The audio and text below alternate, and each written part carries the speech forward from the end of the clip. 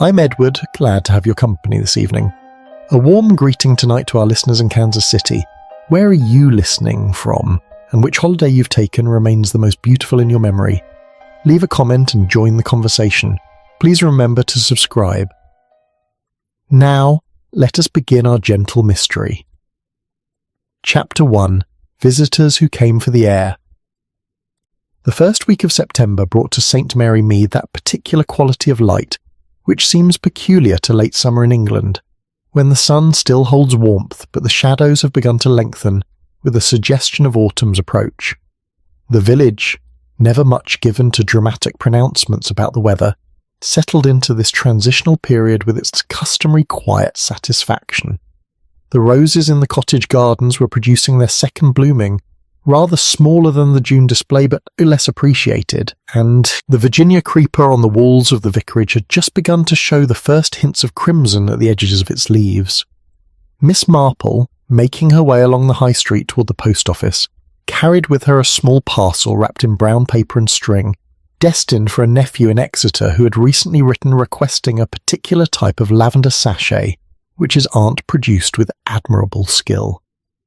She walked at the measured pace of one who has lived long enough to know that hurrying rarely improves outcomes, and who finds considerable interest in observing the small details of village life as they unfold in the course of an ordinary morning. The post office, as always at this hour, contained Mrs. Clement from the bakery, who was discussing with Miss Hartnell the relative merits of various preparations for the harvest festival, and young Dr. Haydock's wife, who was attempting to post a rather awkward parcel while managing a restless infant in a perambulator. Miss Marple waited her turn with patience, noting that Mrs. Clement had adopted a new shade of lipstick, rather more vivid than her usual choice, and that Miss Hartnell's hat, though serviceable, had seen at least 3 previous autumns and was showing its age at the brim. It was as she emerged from the post office, her errand completed, that Miss Marple's attention was drawn to Seaview Lodge, which stood at the corner, where the high street curved gently toward the road leading to the coast. The name was something of a whimsy, as the sea was a good 3 miles distant, but the house itself was a handsome stone building of moderate size, with well-proportioned windows and a small front garden, kept in excellent order. A discreet brass plate beside the door announced, in elegant script, that this was indeed Seaview Lodge, and that accommodation for respectable guests could be arranged by application to Mrs. P. Greaves, proprietress. Mrs. Pauline Greaves had operated her establishment for nearly 8 years, having come to St. Mary Mead after the death of her husband, a solicitor from Guildford whose careful management had left his widow in comfortable, though not lavish, circumstances. She was a woman of her perhaps 55, though she carried herself with the upright bearing of someone who had been taught in youth that posture reflected character. Her hair, which had been fair in her younger days, had faded to a soft silver grey which she wore drawn back in a neat chignon. Her features were regular and pleasant, her dress always appropriate to the occasion, and her manner combined warmth with a certain reserve that prevented familiarity while encouraging confidence. The village had taken to Mrs. Greaves almost immediately. She attended church services with regularity, contributed modestly but consistently to charitable collections, and maintained her establishment with a quiet efficiency that won approval from even the most exacting observers of village standards. Her guests, who came and went with the seasons, were invariably described as suitable people, which in St. Mary Mead was a compliment of some significance. Seaview Lodge catered principally to single ladies and retired couples, who sought a fortnight or 3 weeks of country air and gentle society. The accommodation was comfortable without being luxurious. The breakfast and evening meals were substantial and well prepared, served at set hours in a small dining room overlooking the garden. There was a sitting room where guests might gather in the evenings, though Mrs. Greaves maintained certain rules about the appropriateness of social interaction. No visitors were permitted after 8 o'clock. Guests were expected to inform the establishment of their movements, particularly if they intended to be absent for meals. And there was an understanding, never explicitly stated but universally observed, that Seaview Lodge was a place where one came for rest and respectability, not for excitement or intrigue. Miss Marple had watched the establishment flourish with quiet interest. She knew, as one knows such things in a village, that Mrs. Greaves had recommended her lodgings to several women travelling alone, women whose circumstances or temperament made them particularly appreciative of an environment where no questions would be asked and no undue notice would be taken. It was, she reflected, a kind thing to provide such a refuge, and Mrs. Greaves seemed genuinely concerned for the welfare of her guests. The current season had been a successful one. Throughout July and August, the house had maintained nearly full occupancy. Miss Marple had observed the comings and goings with the mild curiosity of one whose daily walks took her past the lodge at regular intervals. There had been a pair of sisters from Cheltenham, both widowed and devoted to watercolour painting. A retired schoolmaster from Kent had spent 3 weeks working on what he described as a monograph about medieval church architecture in the southern counties. 2 elderly cousins, travelling together for the first time in many years, had enjoyed the garden and the tranquillity. September, however, tended to be quieter. The families had returned to their routines, the schools had reopened, and those who took their holidays in summer were already settled back into winter patterns. It was a time when Seaview Lodge might have only 3 or 4 guests, and Mrs. Greaves would use the opportunity to refresh the curtains or attend to small repairs. It was therefore with some surprise that Miss Marple, on the Tuesday of the first full week of September, observed a small cluster of village ladies gathered near the gate of Seaview Lodge. Speaking in the particular manner that suggested something of interest had occurred.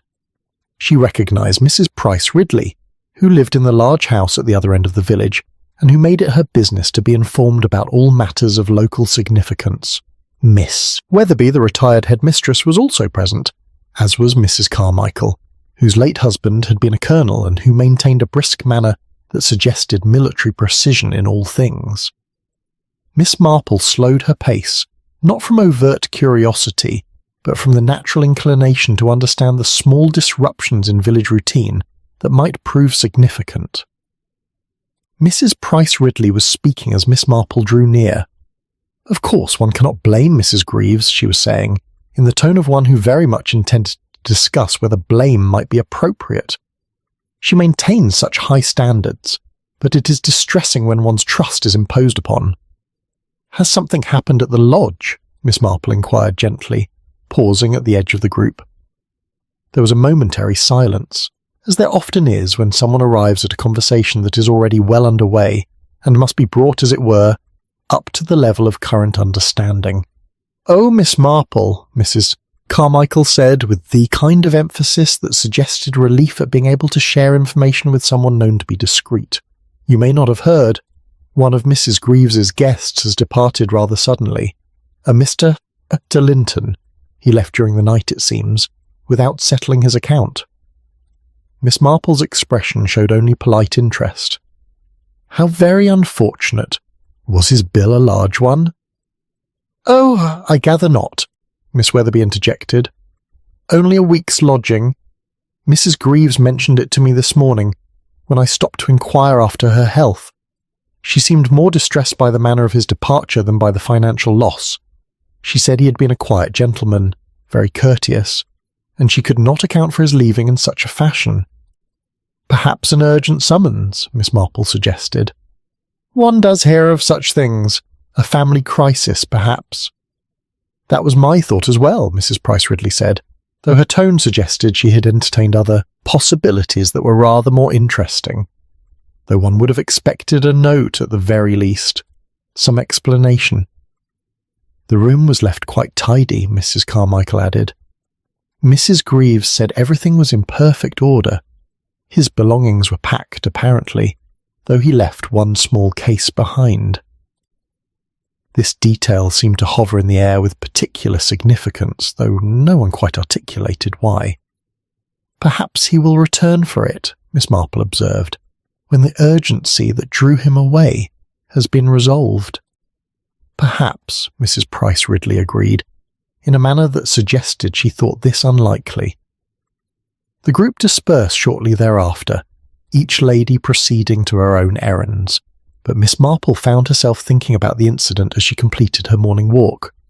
It was not unusual, certainly, for guests to come and go at establishments like Seaview Lodge. and yet there was something in the way the matter had been discussed, some small note of unease beneath the surface of polite speculation that caught her attention. She thought of Mrs. Greaves, whom she knew to be genuinely kind and conscientious. She thought of the reputation Seaview Lodge enjoyed, and how carefully such reputations must be guarded. And she thought, as she often did when confronted with the small mysteries of village life, that the most interesting questions were often not about what had happened, but about what people chose to say about what had happened. By the time she reached her own cottage, Miss Marple had decided to call upon Mrs. Greaves within the next day or two, to offer some small gesture of sympathy for the inconvenience she had suffered. It was, after all, what neighbours did in St. Mary Mead, and if in the course of such a visit she should learn a little more about the matter, well, that would simply be the natural consequence of ordinary social exchange. She settled into her favourite chair by the window, took up her knitting, and reflected that September, for all its reputation as a quiet month, sometimes held surprises after all. Chapter 2.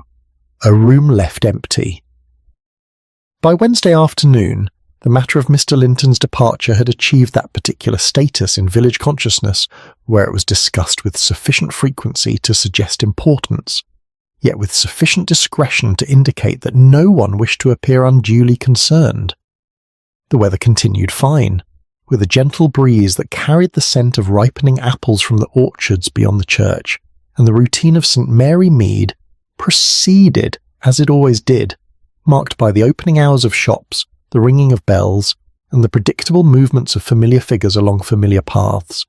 Miss Marple, having given the matter a day's reflection, called upon Mrs. Greaves at 3:30, a time she judged likely to find the proprietress of Seaview Lodge at leisure between the conclusion of luncheon and the preparations for evening tea.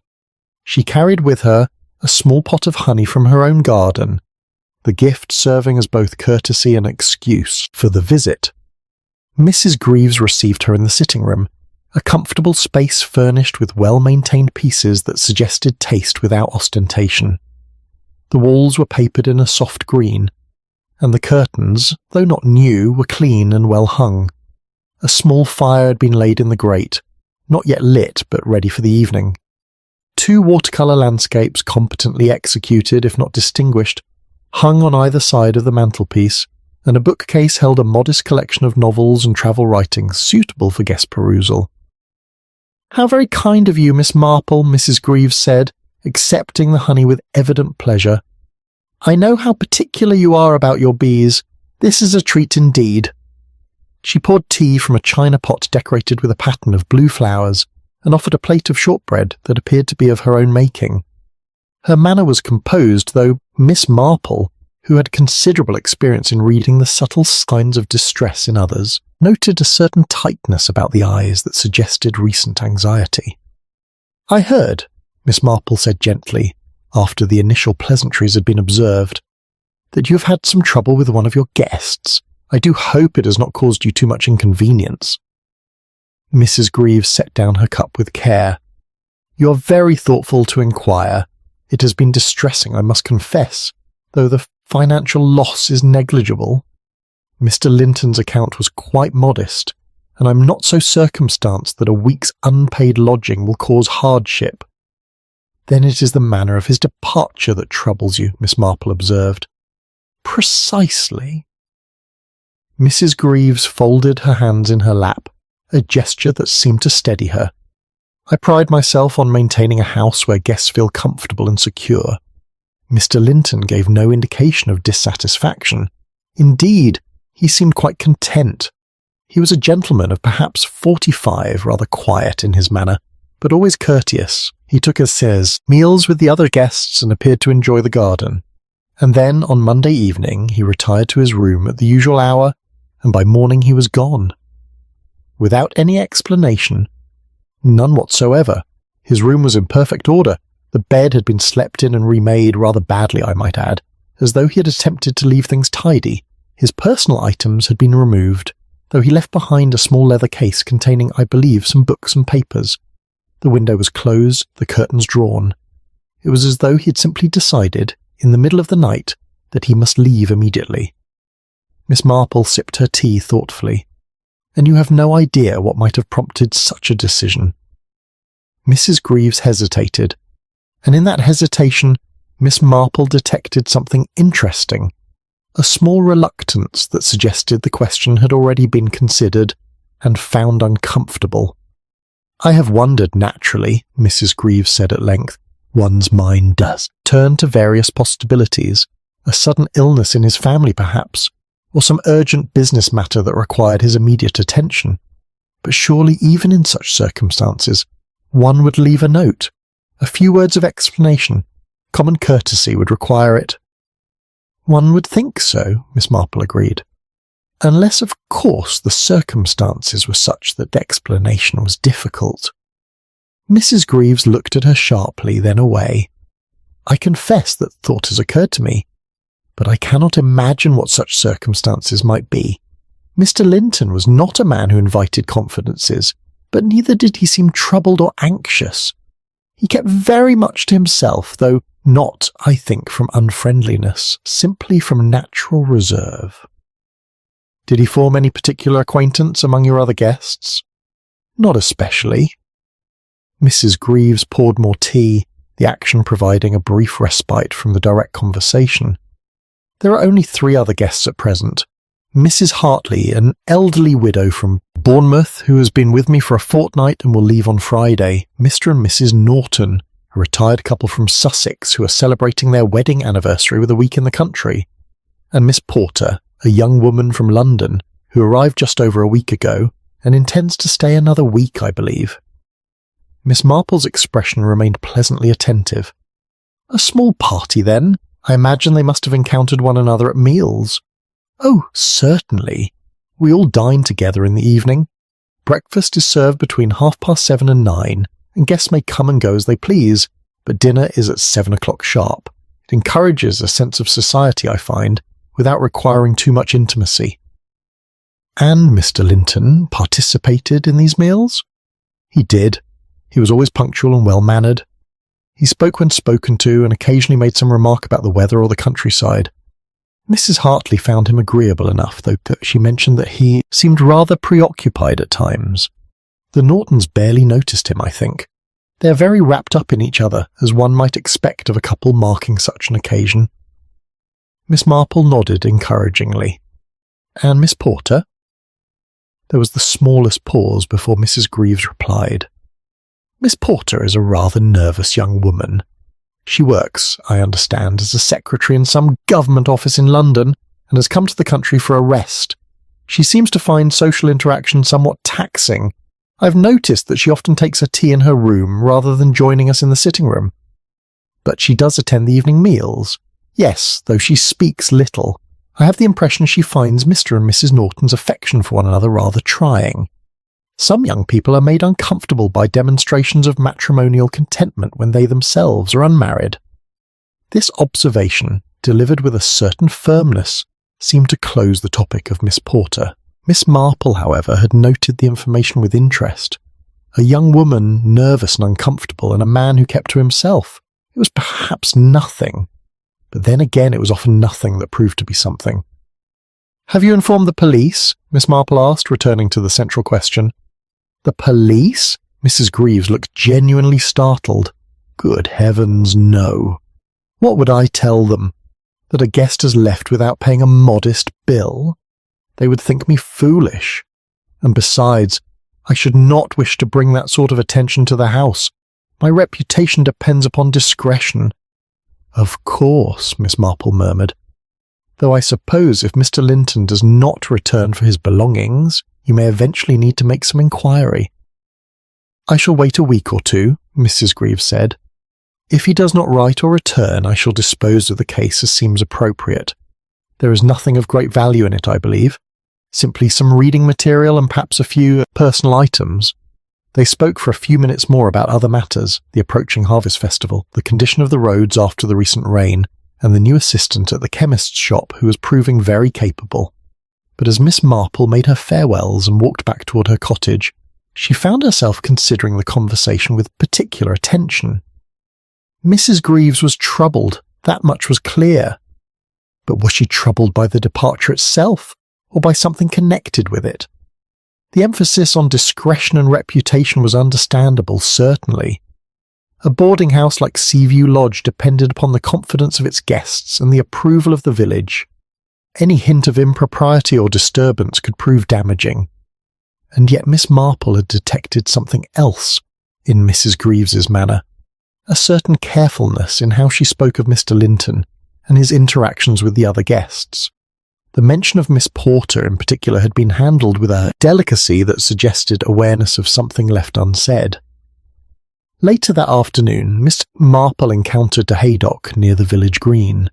He was a youngish man recently established in practice after his father's retirement, energetic and good-natured, though perhaps not yet fully attuned to the subtleties of village life. "Ah, Miss Marple," he called out cheerfully. "A fine afternoon for a constitutional, keeping well, I hope?" "Oh, perfectly well, thank you, Doctor. And yourself?" "Can't complain, though I've been kept rather busy these past few days. Seems half the village has developed autumn colds." "Nothing serious, I trust?" "Oh no, the usual sniffles and coughs.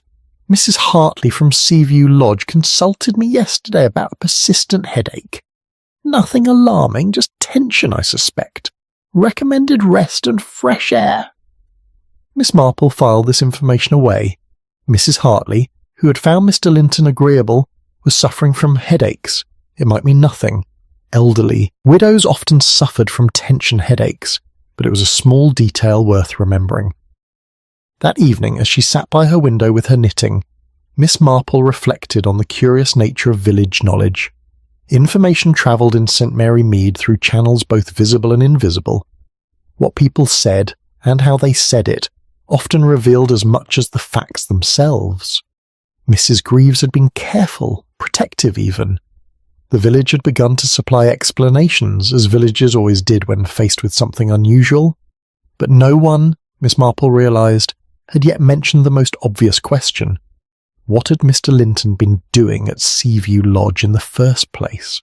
Why had a man of 45, apparently without family or pressing business, chosen to spend a week in a quiet village boarding house in early September? People came to St. Mary Mead for rest, certainly, but they also came to escape something, or to find something, or occasionally to hide something. The room Mr. Linton had occupied was now empty, closed up until things settled, as Mrs. Greaves had put it. But rooms, Miss Marple knew from long experience, often held secrets even after their occupants had departed. Not dramatic secrets necessarily, but small signs that reveal character and intention. She wondered if she might find an opportunity to see that room herself. It would require some delicacy, certainly. Mrs. Greaves was not a woman to appreciate interference, but then Miss Marple had never considered herself to be interfering, simply observant. And sometimes observation required proximity. The evening darkened, and the lamps were lit throughout the village. At Seaview Lodge, the remaining guests would be gathering for dinner, taking their places at the table where, until 2 days ago, Mr. Linton had sat. Life continued, as it always did. But somewhere in the pattern of ordinary events, Miss Marple sensed there was a thread that did not quite match the others. She would need to discover what it was. Chapter 3. Remarks made after prayers. Sunday morning in St. Mary Mead arrived with that particular clarity of light that sometimes follows several days of soft weather, as though the world had been gently polished overnight. The bells of St. Mary's called the faithful to service at 10:30, their sound carrying across the village with the authority of centuries. Miss Marple, wearing her good grey coat and the hat she reserved for church attendance, made her way along the path she had walked every Sunday for more years than most of the current congregation had been alive.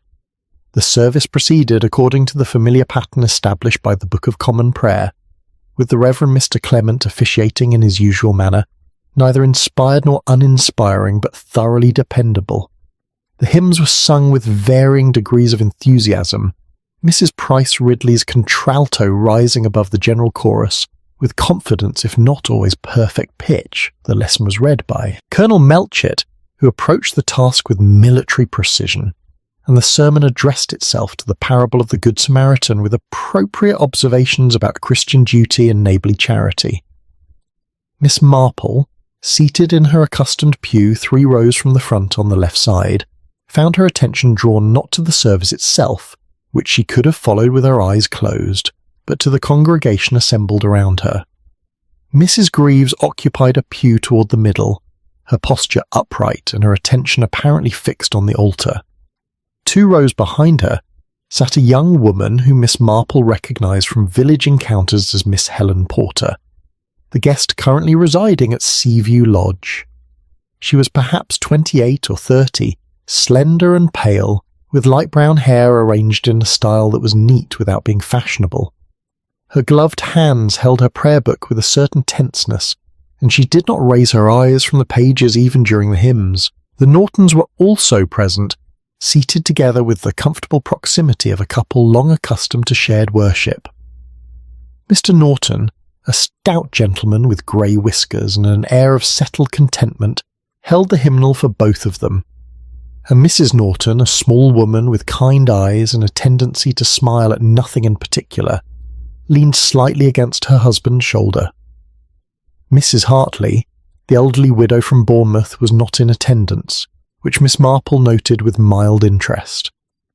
Either her headache had persisted, or she was of a temperament that did not consider church attendance essential while travelling. As the service concluded and the congregation filed out into the September sunshine, that inevitable gathering occurred, which transforms a collection of individual worshippers into a community. People who had sat in silent rows now clustered in small groups, exchanging greetings and observations with the ease of long familiarity. The Reverend Mr. Clement stationed himself at the church door, shaking hands and receiving compliments on his sermon with modest appreciation. Miss Marple found herself drawn into conversation with Miss Wetherby and Mrs. Carmichael, who were discussing the upcoming preparations for the Harvest Festival supper. "I do think we should use the parish hall rather than attempting to manage in the church itself," Miss Wetherby was saying. "Last year the arrangements were rather cramped." "The hall does provide more space," Mrs. Carmichael agreed, "though it lacks the atmosphere, one must admit." It was at this moment that Mrs. Price Ridley joined them, slightly breathless from her progress across the churchyard. "Good morning, ladies. A pleasant service, was it not? Though I did think Mr. Clement might have chosen a livelier hymn for the closing. 'Abide with me' is rather melancholy for such a fine day." The conversation turned briefly to musical preferences, but Miss Marple observed that Mrs. Price Ridley's attention was not fully engaged with the topic. She kept glancing toward the church door, where Mrs. Greaves was speaking with the vicar. "I understand," Mrs. Price Ridley said, lowering her voice to that particular register that invites confidence while appearing to guard it, "that Mrs. Greaves has had no further word from her departed guest. Most peculiar, do you not think?" "Mr. Linton, you mean?" Miss Wetherby said. "Yes, I had heard the same, though I suppose if his departure was prompted by some family emergency, he may not have had leisure to write." Mrs. Carmichael adjusted her gloves with a brisk movement. "I confess I find it difficult to conceive of an emergency so pressing that one could not spare 5 minutes to pen a note of explanation. It suggests a want of proper feeling." "Perhaps the man simply had no proper feeling to begin with," Mrs. Price Ridley observed. "One hears of such people, travelling about, imposing on the hospitality of reputable establishments, and then departing without a word of thanks or farewell." Miss Marple, who had been listening with her customary quiet attention, ventured a small observation. "It seems curious that Mr. Linton should behave in such a manner, if he was, as Mrs. Greaves described him to me, courteous and considerate during his stay. People rarely change their essential character so abruptly." "You spoke with Mrs. Greaves about the matter?" Mrs. Price Ridley's interest sharpened visibly. "I called upon her earlier in the week," Miss Marple said. "She seemed troubled by the incident, though more from concern about the abruptness of his departure than from any financial loss." "Naturally," Miss Wetherby said. "Mrs. Greaves has worked very hard to establish Seaview Lodge's reputation. Any irregularity must be distressing to her." At this moment, Miss Porter emerged from the church, having apparently lingered inside after the service concluded. She walked with her head slightly lowered, as though uncertain of her welcome, and would have passed the group entirely had not Miss Wetherby, who possessed an instinct for social inclusion, called out to her, "Miss Porter, good morning. What a lovely day for your walk back to the lodge." The young woman stopped, seeming almost startled by the address. "Good morning," she said, her voice soft and rather breathless. "Yes, it is very fine." "You're enjoying your stay in St. Mary Mead?" Mrs. Carmichael inquired, with that particular kindness that often characterises retired professionals addressing those they perceive as junior. "Very much, thank you. It is all quite peaceful." "A change from London, I should imagine," Mrs. Price Ridley said. "So much noise and bustle in the city. You must find our quiet ways rather different." Miss Porter's hands tightened slightly on her prayer book. "Yes, quite different." There was a small silence, the kind that sometimes falls when a conversation has been offered and not quite accepted. Miss Marple, observing the young woman's evident discomfort, was about to offer some gentle remark to ease the moment when Mrs. Price Ridley spoke again. "Such an unfortunate business about Mr. Linton's departure. I understand you were both guests at the same time. Did you form any impression of him?"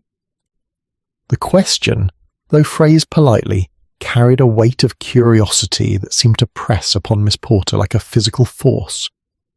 Her face, already pale, became paler still. "I barely knew him," she said quickly. "We spoke very little, only the ordinary pleasantries at meals." "Of course," Miss Weatherby said soothingly, "one does not seek intimate acquaintance at a boarding establishment. That would be quite inappropriate."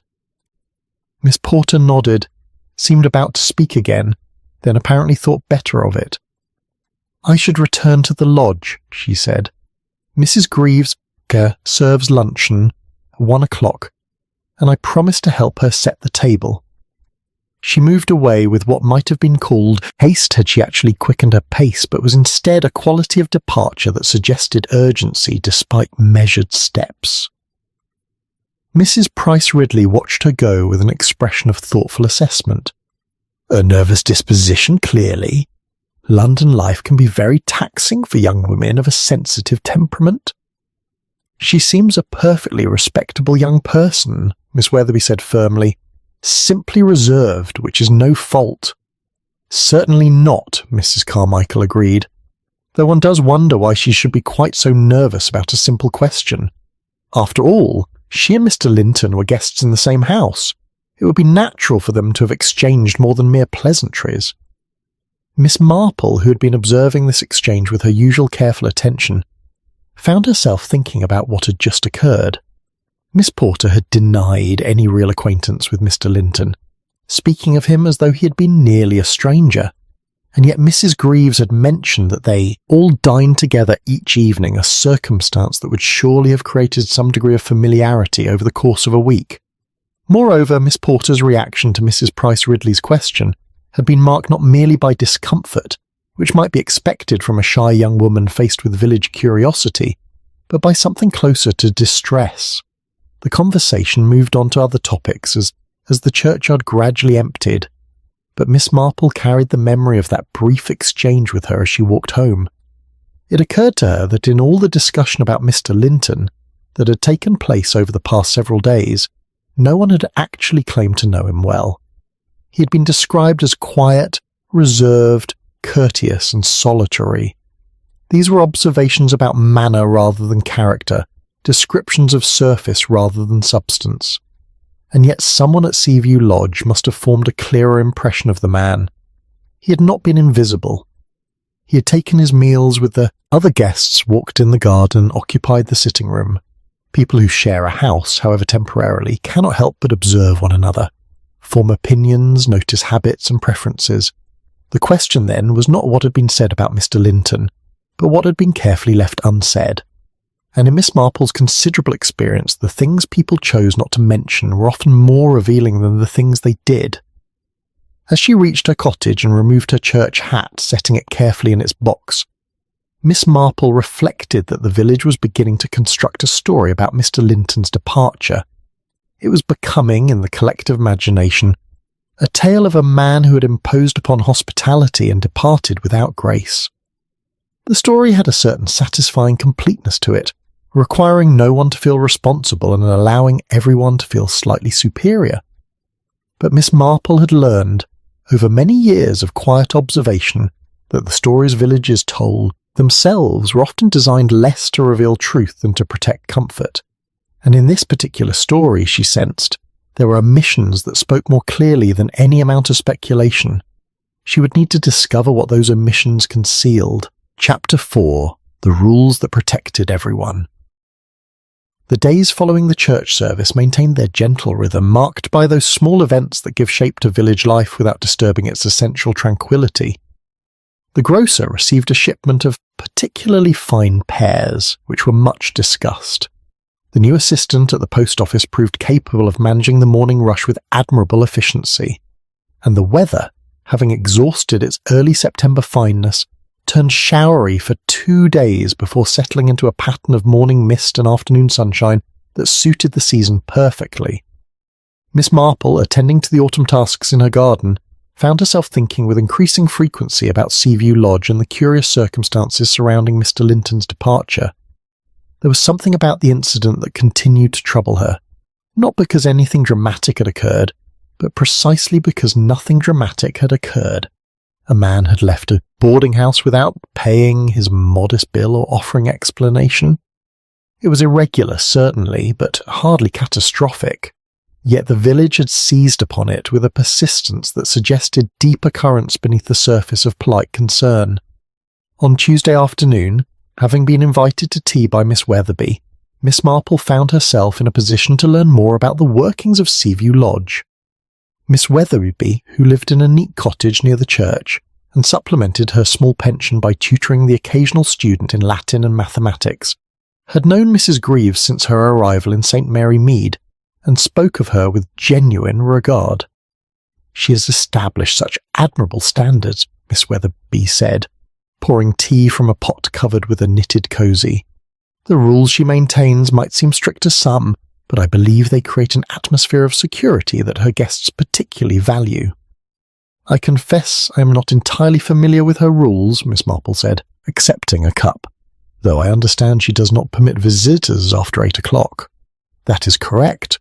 No callers after 8, and guests are requested to inform her if they plan to be absent for meals or out after dark. She also discourages what she calls unnecessary familiarity among the guests. Each person is treated with courtesy, but she does not encourage intimate friendships or private conversations between guests outside the common rooms." Miss Marple considered this. That seems rather strict. Surely adults may be trusted to conduct themselves appropriately. Miss Weatherby smiled. "One would hope so, certainly, but Mrs. Greaves explained to me once that her rules are designed to protect those who might be vulnerable. Many of her guests are women travelling alone, or elderly persons who might be imposed upon by someone more forward. By maintaining a certain formality, she ensures that no one feels pressured into unwanted social obligations." "I see, and do her guests generally accept these restrictions?" "Most seem grateful for them, I believe, though there was some difficulty last year, with a gentleman who objected to being told he could not invite a local acquaintance to dine at the lodge. Mrs. Greaves was quite firm, and the gentleman departed earlier than planned." Miss Marple sipped her tea thoughtfully. "It strikes me that such rules, while protective, also create boundaries around what may be questioned. If guests are discouraged from forming connections, then no one can be expected to know much about anyone else's business." Miss Weatherby looked at her with sudden sharpness, as though seeing through the gentle observation to something more pointed beneath. "That is a very astute remark, Miss Marple. Yes, I suppose the rules do have that effect, though I am certain Mrs. Greaves does not intend them to encourage secrecy." "Of course not," Miss Marple said. "But intentions and consequences are not always the same thing, are they?" They spoke of other matters for some time, but as Miss Marple walked home, she found herself pondering the structure Mrs. Greaves had created at Seaview Lodge. The rules were sensible, even admirable in their stated purpose, but they also meant that when something did occur, when someone behaved unusually or departed mysteriously, there would be no network of knowledge to draw upon. The guests would have observed one another only in the most superficial way, meeting at meals and perhaps exchanging pleasantries in the sitting room, but never truly knowing each other. It was, Miss Marple reflected, rather like living among strangers while maintaining the appearance of community. That evening, Miss Marple encountered Mrs. Bantry, an old friend who lived at the large house beyond the village, and who possessed an inexhaustible curiosity about village affairs combined with a genuinely kind heart. "I heard you've been asking about that business at Seaview Lodge," Mrs. Bantry said, falling into step beside Miss Marple on the high street. "The man who left without paying." "I would not say I have been asking," Miss Marple replied, "though I have been listening to what others have to say." "Same thing, really, where you're concerned," Mrs. Bantry said cheerfully. "You have that way of listening that makes people tell you things. What did you make of it all?" "I'm not certain yet, though I find it interesting that Mrs. Greaves maintains such careful rules about social interaction at the lodge, and yet when something irregular occurs, she seems quite at a loss to explain it." Mrs. Bantry nodded. "Arthur mentioned something about that. He said Mrs. Greaves came to him last week in his capacity as magistrate asking whether she had any legal recourse regarding the unpaid bill. Arthur told her the amount was too small to pursue, and that in any case, without knowing Mr. Linton's whereabouts, there was nothing to be done. She consulted Colonel Bantry. Miss Marple's interest quickened. That suggests she was more concerned than she appeared. Or perhaps she simply wanted official confirmation that she need not feel responsible for pursuing the matter. Arthur said she seemed relieved when he told her to forget about it. They paused at the corner where their paths would diverge, and Miss Marple stood for a moment in thought. "Tell me, Dorothy, in your experience of boarding houses and hotels, do you find that rules designed to protect guests sometimes prevent them from seeking help when they need it?" Mrs. Bantry considered this with the seriousness it deserved. "I suppose they might. If a woman is in some difficulty but knows she must not speak privately with other guests, and if she fears the proprietress might disapprove of whatever trouble she's in, then yes, she might feel quite isolated despite being surrounded by people." "Exactly," Miss Marple said softly. The following morning brought an unexpected encounter. Miss Marple, purchasing stamps at the post office, found herself standing beside Miss Porter, who was posting what appeared to be a letter of some length. The young woman looked, if anything, more strained than she had on Sunday, with shadows beneath her eyes suggesting insufficient sleep. "Good morning, Miss Porter," Miss Marple said gently. "I hope you are continuing to enjoy your stay in St. Mary Mead." Miss Porter started slightly, then managed a wan smile. "Good morning, Miss Marple. Yes, thank you, though I shall be returning to London at the end of the week. My leave is concluded." "You work in London, I understand?" "Yes, in a government office. Rather dull work, really, but it provides security." She hesitated, then added, as though the words were pulled from her against her will, "I had hoped this fortnight would provide more rest than it has. The countryside can sometimes prove less peaceful than one expects," Miss Marple observed. "Our thoughts often follow us even when we travel." Miss Porter's hands tightened on the letter she had just posted. Yes, that is very true." She left the post office quickly, and Miss Marple proceeded with her errand, but she carried away the impression of a young woman labouring under some burden of anxiety that had nothing to do with government work or London noise. That afternoon, Miss Marple made another discovery, though it came to her not through investigation, but through the ordinary channels of village communication. Mrs. Clement, the baker's wife, mentioned in passing that Mrs. Greaves had been seen walking in the garden at Seaview Lodge at an unusual hour, quite late in the evening, on the very night before Mr. Linton's departure. "Mrs. Norton remarked upon it," Mrs. Clement said. "She and her husband had gone for a moonlit stroll, such a romantic thing to do, and they noticed Mrs. Greaves in the garden speaking with someone they could not quite see. They thought nothing of it at the time, of course." "Speaking with whom?" Miss Marple inquired. "They could not say. Someone near the hedge, perhaps one of the guests stepping out for air. But it did strike them as odd that Mrs. Greaves should be out so late. She's usually quite punctual about retiring at 9:30. Miss Marple absorbed this information with her customary calm. Mrs. Greaves, who maintained strict rules about evening hours and appropriate behaviour, had herself been walking in the garden late at night, in conversation with someone unidentified. It might mean nothing, or it might mean everything. Rules, Miss Marple reflected as she walked home through the lengthening afternoon shadows. Served many purposes. They maintained order, certainly. They protected the vulnerable, often, but they also controlled what could be observed and what could be questioned. And in an establishment like Seaview Lodge, where the proprietress took such care to preserve discretion and reputation, rules might also serve to keep certain truths from emerging into the light of common knowledge. What had Mrs. Greaves been doing in the garden that night, and whom had she been speaking with? More importantly, did that late-night conversation have any connection to Mr. Linton's sudden departure mere hours later? These were questions that could not be answered by speculation alone, but Miss Marple had long ago learned that patience, combined with careful attention to the small inconsistencies in human behaviour, often revealed what direct inquiry could not. She would continue to listen, to observe, and to notice what others, protected by their assumptions and comforted by their rules, might overlook. Chapter 5. An explanation that satisfied too easily. The matter of Mr. Linton's abandoned suitcase came to resolution on Thursday afternoon, though resolution might not be quite the proper word for what occurred. Perhaps acceptance would be more accurate, or possibly resignation dressed in the garments of practical necessity. Miss Marple learned of it first from Dr. Haydock, whom she encountered near the chemist's shop. He was carrying a small parcel and appeared to be in excellent spirits, which was his usual condition, but which seemed particularly pronounced this afternoon. "Ah, Miss Marple," he called out. "Just the person I hoped to see.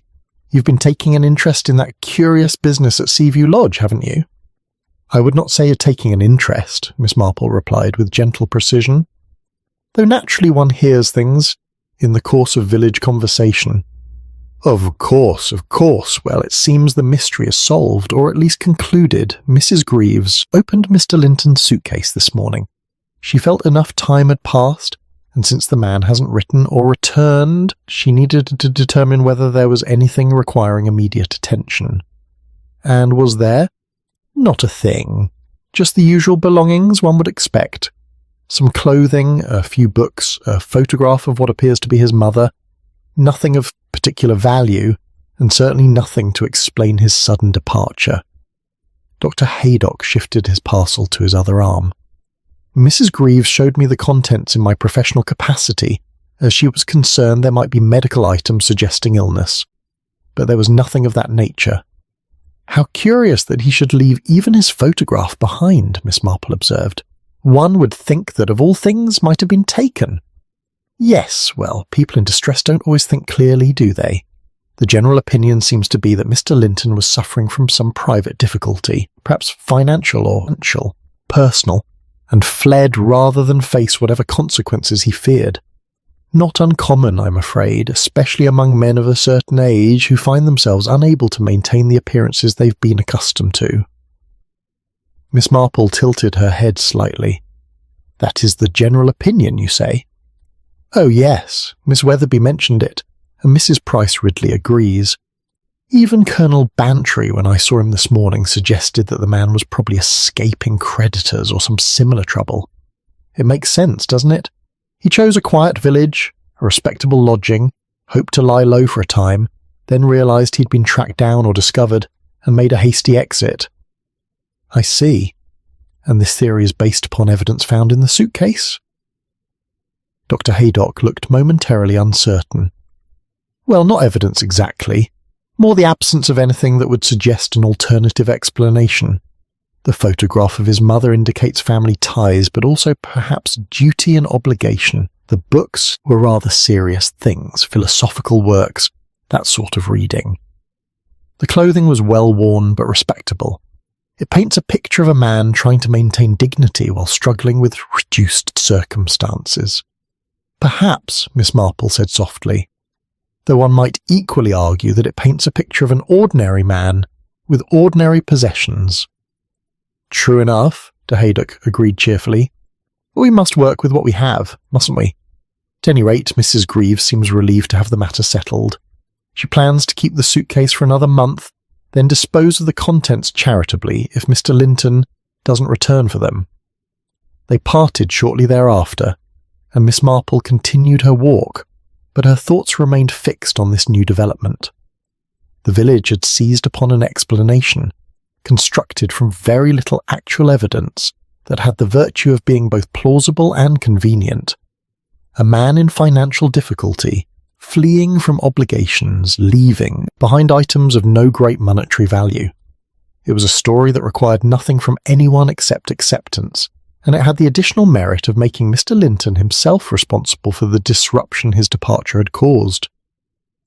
Later that afternoon, Miss Marple called upon Mrs. Bantry, who was in her garden supervising the pruning of the roses with more enthusiasm than expertise. "Jane, how lovely to see you," Mrs. Bantry exclaimed, abandoning her supervision with evident relief. "Come and have some tea. I've been absolutely dying to talk to someone sensible." They settled in the morning room where autumn sunshine fell across the polished floor in golden rectangles, and Mrs. Bantry poured tea with her usual generous spirit, if not perfect aim. "I suppose you've heard about the suitcase being opened," she said. "Such a fuss over so little. Arthur thinks the whole thing has been blown out of proportion. Colonel Bantry does not find the circumstances suspicious. Oh, Arthur never finds anything suspicious unless it involves poachers or boundary disputes. He thinks Mr. Linton was probably a perfectly ordinary man who got himself into some sort of scrape and bolted. Very unsatisfactory, but hardly criminal." Miss Marple sipped her tea. "I wonder why Mrs. Greaves felt it necessary to consult Dr. Haydock about the contents. If she was simply determining whether to keep or dispose of the items, medical advice would hardly be required." Mrs. Bantry paused with her cup halfway to her lips. "Now that you mention it, that is rather odd. Unless she was worried about something specific. Jane, you don't think there's more to this than appears, do you?" "I think," Miss Marple said carefully, "that when people arrive at explanations very quickly, and when those explanations relieve them of the need to ask uncomfortable questions, one might wonder whether the truth is being discovered or merely covered over." "You believe the village is protecting itself?" "Not deliberately, perhaps. But relief is a powerful force, Dorothy. When something disturbing occurs, we naturally wish to restore our sense of order and safety. An explanation that allows us to do so, even if built on rather flimsy foundations, can be very appealing." Mrs. Bantry set down her cup with a decisive click. "You think Mrs. Greaves knows more than she is saying." "I think Mrs. Greaves is a woman who has worked very hard to establish a respectable establishment, and who would do a great deal to protect that reputation. Whether that includes accepting an explanation she knows to be incomplete, or perhaps even encouraging others to accept it, I cannot say." They sat in thoughtful silence for a moment. Then Mrs. Bantry said, "What about Miss Porter, that young woman who's staying at the lodge? She's been looking absolutely wretched.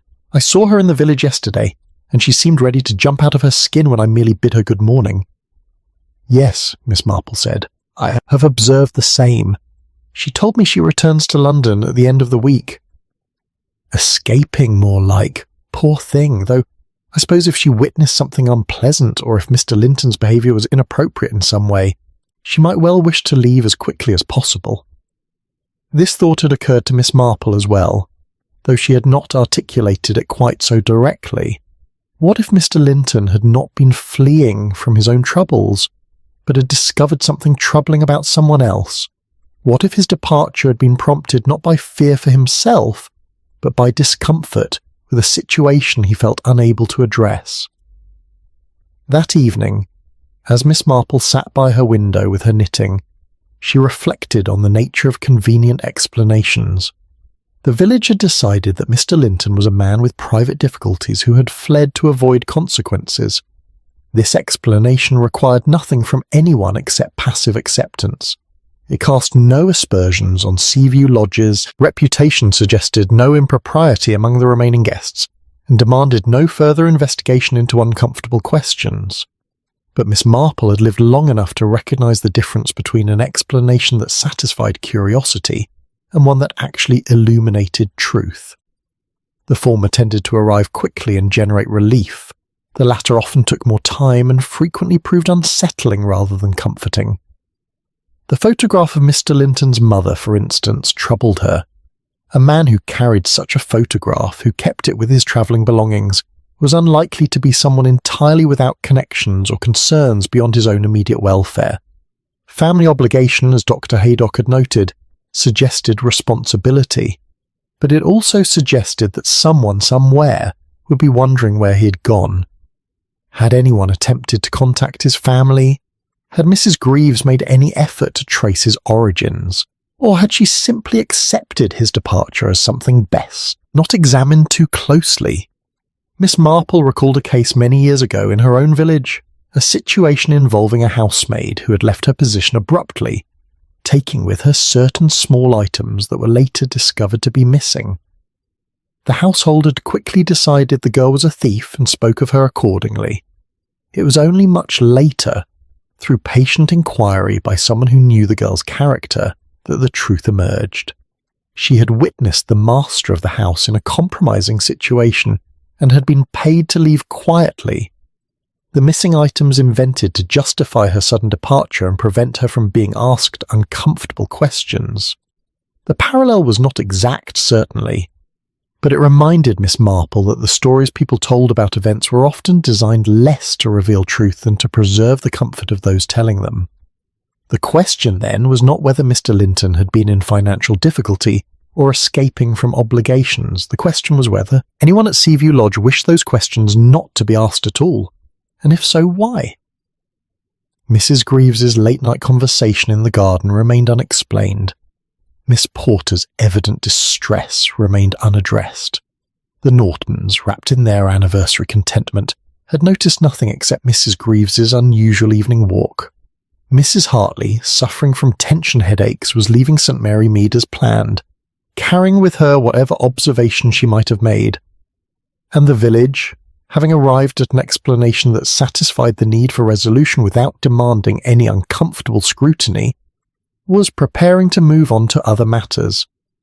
But Miss Marple was not quite ready to do so. There was something in all of this that did not align properly, some thread that did not match the pattern, and while she could not yet identify what it was, she trusted her instinct that it existed. Sometimes, she reflected as the evening deepened, and she put aside her knitting, the most important discoveries came not from what one learned, but from recognizing what others were carefully avoiding learning. And in this particular matter, there was a great deal the village seemed determined not to know. She would need to discover why. Chapter 6. The Habit of Looking Away. Friday arrived with a soft rain that persisted through the morning, the kind of gentle autumn precipitation that caused no real inconvenience but provided a satisfactory topic for conversation. Miss Marple, attending to household matters and correspondence, found herself considering the peculiar way in which opinion forms and hardens in a small community. It was rarely a dramatic process, more akin to the gradual settling of sediment in still water, layer upon dish accumulating until what had once been fluid became solid. By afternoon, when the rain had diminished to occasional drops and Miss Marple ventured out to return library books, she discovered that opinion regarding the Seaview Lodge affair had indeed settled into a form that appeared unlikely to shift without significant disruption. The library, housed in a room behind the church hall and presided over by Mrs. Laidlaw with benevolent efficiency, was occupied by several village ladies when Miss Marple arrived. Mrs. Price Ridley was selecting a new novel, Miss Weatherby was returning a biography of Florence Nightingale, and Mrs. Carmichael was engaged in quiet discussion with Mrs. Laidlaw about whether the library's collection of travel writing required updating. "Ah, Miss Marple," Mrs. Price Ridley said, looking up from her examination of the fiction shelves. "Have you heard the latest? Mrs. Hartley departed this morning, and she mentioned to Mrs. Clement that she had been quite uncomfortable during her final days at Seaview Lodge." "Uncomfortable in what way?" Miss Marple inquired, setting her books on the counter. She did not specify, apparently, but she said there had been an atmosphere that she found disagreeable. Given what we now know about Mr. Linton's character, one can hardly blame her for feeling uneasy. Miss Marple observed that what they now knew about Mr. Linton's character was largely speculation based on his departure, but she did not voice this thought. Instead, she asked, "Did Mrs. Hartley mention when this atmosphere began?" Mrs. Price Ridley paused, momentarily uncertain. "I believe Mrs. Clement said it was during her last few days, after Mr. Linton's departure, presumably. Or perhaps," Miss Weatherby interjected, "it was the knowledge of his departure that created the atmosphere, rather than anything that preceded it. One does feel unsettled when such irregularities occur in an establishment one had believed to be perfectly respectable." "True enough," Mrs. Carmichael agreed. "Though I must say I do wonder about Miss Porter. She's been looking increasingly distressed this past week. One cannot help but think she knows more than she has said." This observation fell into the conversation with the weight of something that had been waiting to be spoken. The other ladies exchanged glances that suggested the thought had occurred to them as well, though none had quite articulated it until now. "In what way do you mean?" Miss Marple asked gently. Mrs. Carmichael adjusted her gloves, a gesture that seemed to lend authority to her words. "Well, she and Mr. Linton were both guests at the same time. Young women of her class, working in London, travelling alone, sometimes form connections with men who appear respectable but whose intentions are less than honourable. Perhaps Mr. Linton made advances that she found distressing. Perhaps she complained to Mrs. Greaves and Mr. Linton was asked to leave." "But he left without paying his bill," Mrs. Price Ridley pointed out. "If he had been asked to leave, surely Mrs. Greaves would have insisted on payment first." "Unless the situation was so urgent that immediate departure was more important than financial considerations," Mrs. Carmichael said. "If a young woman's reputation were at stake, Mrs. Greaves might have felt that protecting her took precedence over a modest sum of money." Miss Marple found this theory both interesting and troubling. Interesting because it suggested people were beginning to construct narratives that assigned blame more specifically, and troubling because those narratives were settling upon the most vulnerable person in the entire situation. "It seems a rather severe conclusion to draw from Miss Porter's nervous disposition," Miss Marple observed. "Young women in her position often find travel and strange surroundings unsettling, particularly if they spend their working days in demanding positions." "Of course," Miss Weatherby said quickly. "I'm certain no one means to suggest anything improper about Miss Porter herself, simply that she may have been the innocent victim of unwanted attention." Yet even as the words were spoken, Miss Marple detected a certain reservation in Miss Weatherby's tone, as though the distinction between victim and participant had already begun to blur in the collective imagination.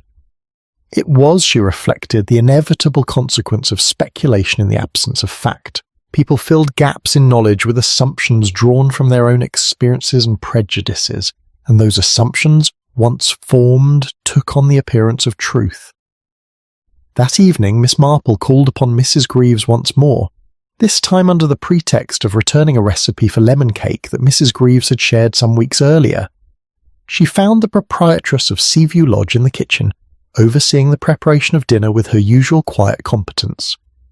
"How kind of you to remember," Mrs. Greaves said, accepting the recipe card. "I do hope it proves successful."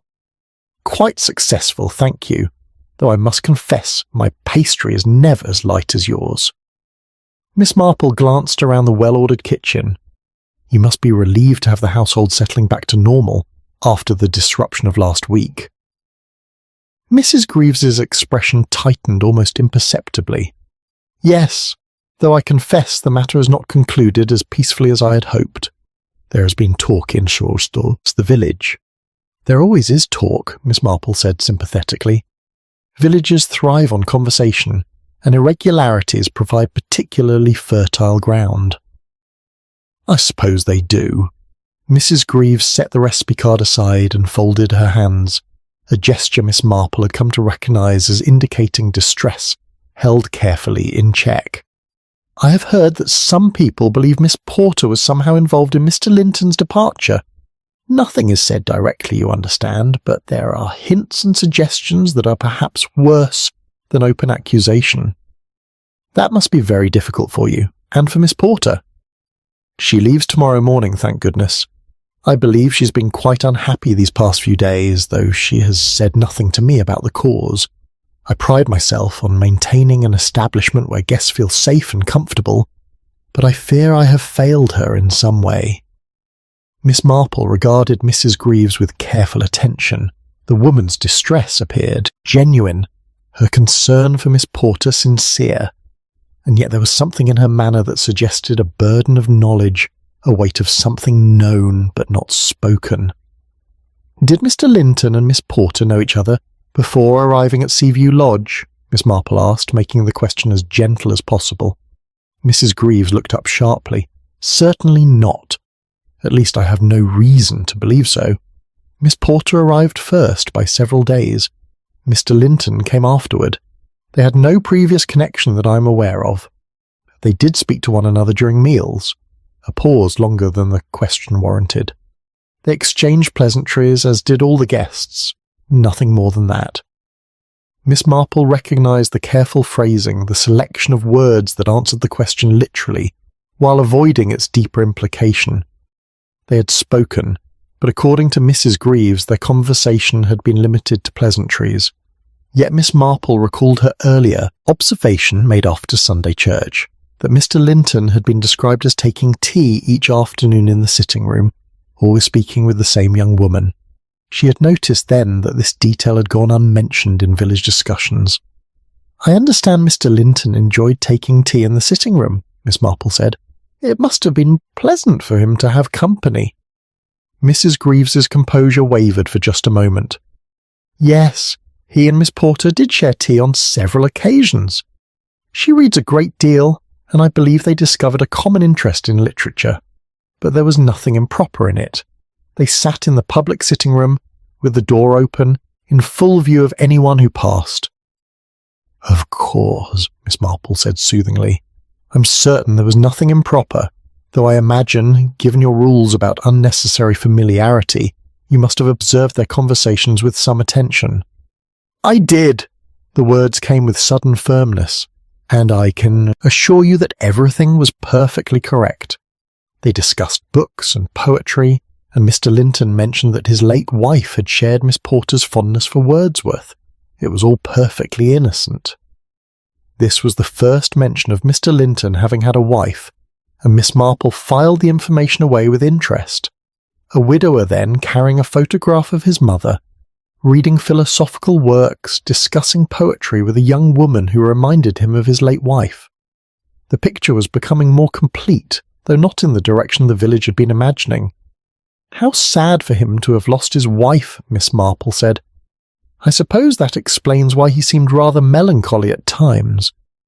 "Perhaps," Mrs. Greaves rose, clearly indicating that the conversation had reached its natural conclusion. "I must attend to dinner preparations, Miss Marple, but I thank you for your understanding.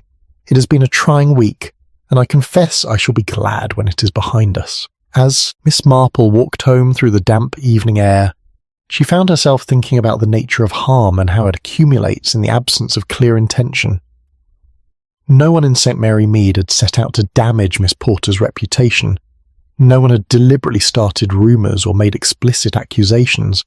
Yet through a series of small observations, casual speculations, and convenient assumptions, the young woman had been placed in a position where her character was being questioned, and her discomfort interpreted as evidence of guilt. It was, Miss Marple reflected, a peculiarly insidious form of cruelty, made more troubling by the fact that those participating in it would be genuinely shocked to have their behaviour characterised as cruel. They were simply discussing matters of village interest, drawing reasonable conclusions from available evidence, protecting the community from potential impropriety. But the effect on Miss Porter was the same as if they had set out deliberately to harm her. She would leave St. Mary Mead tomorrow morning, carrying with her the awareness that she had been judged and found wanting by people who knew nothing of her actual character or circumstances, and Mrs. Greaves, who knew more than she had said, had chosen to protect her establishment's reputation by allowing others to draw their own conclusions rather than providing information that might redirect those conclusions in uncomfortable directions. It was not wickedness, exactly. It was something both more common and more troubling. the habit of looking away from truths that threatened one's sense of order and safety, the habit of allowing harm to accumulate through inaction rather than accepting the discomfort of intervention. Miss Marple had seen it before in other villages and other circumstances. Good people, decent people, who chose quietness over justice because justice required them to acknowledge things they preferred not to see. The question now was whether she could persuade anyone to look directly at what they had been so carefully avoiding, or whether the matter would simply close, as such matters often did, with everyone satisfied that nothing truly wrong had occurred and someone else bearing the cost of that satisfaction. Chapter 7. What had been observed quietly. Saturday morning brought clear skies and a crispness to the air that suggested autumn had truly arrived. Miss Marple, rising at her customary hour, attended to her morning routine with the quiet deliberation of one who has learned that haste rarely improves outcomes and often obscures important details. As she prepared her breakfast tea, she found her thoughts returning to the various threads of the Seaview Lodge matter, examining them not for the first time, but perhaps with greater clarity than before. There was a quality to the whole affair that reminded her of a tapestry viewed from different angles. What appeared orderly and harmonious from one perspective revealed gaps and irregularities when examined from another. The village had constructed its narrative, Mrs. Greaves had maintained her careful discretion, and Miss Porter would depart this morning carrying whatever burden she bore. Yet Miss Marple sensed that the true pattern remained obscured, visible only to someone willing to look at what others had chosen not to see. She spent the morning in her garden, though the work required was minimal at this time of year. It was rather an excuse to be outdoors, to think while appearing to occupy herself with practical matters. The garden had always been conducive to reflection, perhaps because the methodical nature of tending plants left the mind free to wander along less obvious paths. At 11:30, Miss Marple observed Miss Porter passing along the lane that led from Seaview Lodge toward the railway station. She carried a modest suitcase and walked with her head slightly bowed, as though already rehearsing her return to London and the anonymity it would provide. Miss Marple on impulse called out to her, "Miss Porter, good morning. You're leaving us today, I understand." The young woman paused, and for a moment seemed inclined to continue without responding, but village courtesy prevailed, and she approached the garden gate with evident reluctance. "Yes, Miss Marple, my leave has concluded, and I must return to work on Monday." "I do hope your fortnight has provided some rest, despite the unfortunate disruption." Miss Porter's hands tightened on her suitcase handle. "You're very kind, though I confess it has not been the peaceful retreat I had anticipated." Miss Marple regarded her with gentle attention. "I wonder if I might ask you something, my dear. It may seem impertinent, but I believe it important.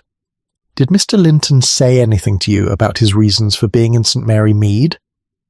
The question, direct though gently posed, seemed to catch Miss Porter unprepared. Her pale face showed a succession of emotions, surprise, uncertainty, and something that might have been relief. "He said very little about himself," she replied after a pause. "We discussed books primarily, and poetry. He was a cultured man, rather lonely, I think. He mentioned once that he had come to the country seeking peace after a difficult year. His wife had died, you see, and he found London oppressive with its memories." "How very sad. And did he find the peace he sought?" Miss Porter's eyes filled with sudden tears, though she blinked them back with determination. "I believe he might have, had circumstances been different. He seemed to enjoy our conversations. They were quite innocent, Miss Marple, though I fear others may not believe that." "I believe it," Miss Marple said firmly. "But you said circumstances were different. What circumstances do you mean?" Miss Porter glanced back towards Seaview Lodge, visible through the trees. "I should not speak of it. Mrs. Greaves has been kind to me, and I would not wish to seem ungrateful. But there was something—" She stopped, struggling with the decision of whether to continue. "Sometimes," Miss Marple said softly, "remaining silent about what we have observed does more harm than speaking, particularly when others may be judged unfairly for our silence." The words seemed to tip some internal balance. Miss Porter set down her suitcase and gripped the gate with both hands as though anchoring herself to something solid. On the Monday evening, before Mr. Linton's departure, I had retired early with a headache. I came downstairs around 10 o'clock, intending to fetch a glass of water from the kitchen. The house was quiet as everyone had gone to bed, but as I passed the sitting room I heard voices. Mrs. Greaves and someone else. Yes, the door was not quite closed and I could not help but hear. Mrs. Greaves was speaking in a low voice, very firm, to one of the other guests. I did not see who, as I did not wish to be caught eavesdropping, but she was saying that certain behaviours were not acceptable under her roof, that reputations must be protected, and that she would not tolerate any scandal that might damage the lodge's good name. Miss Marple absorbed this carefully. And what did the other person say? I heard only a few words in reply. Something about having done nothing wrong, about innocence not requiring concealment. Then Mrs. Greaves said something that chilled me rather. She said that innocence and the appearance of innocence were not always the same thing, and that she must think of her other guests and the village's confidence in her establishment. I see. And then? I heard footsteps approaching the door, and I fled back upstairs before I could be discovered. The next morning Mr. Linton was gone. Miss Porter looked directly at Miss Marple now, her expression a mixture of distress and determination. I believe Mrs. Greaves asked him to leave because he and I had been seen talking together, and she feared it would create gossip. Nothing improper occurred between us, Miss Marple. We simply enjoyed discussing literature. But I think she believed that my reputation, or the lodge's reputation, required that such conversations cease. And Mr. Linton, rather than defend himself or demand explanation, simply departed. He was a gentleman of the old sort. I think he could not bear the thought that his presence might cause difficulty for anyone, even if the difficulty was based on misunderstanding. He left rather than force Mrs. Greaves to make explicit accusations that would have embarrassed us all. Miss Porter picked up her suitcase once more.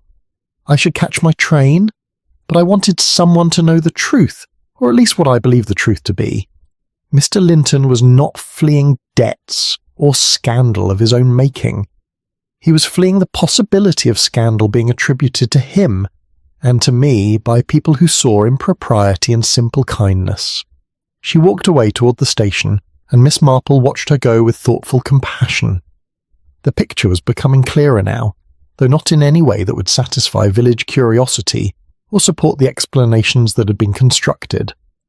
That afternoon, Miss Marple made several discreet inquiries.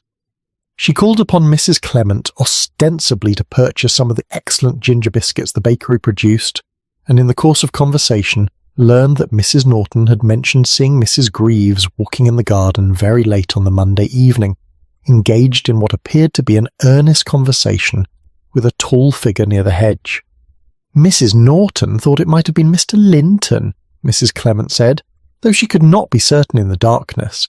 She mentioned it because it seemed odd for Mrs. Greaves to be out so late, given her usual habits.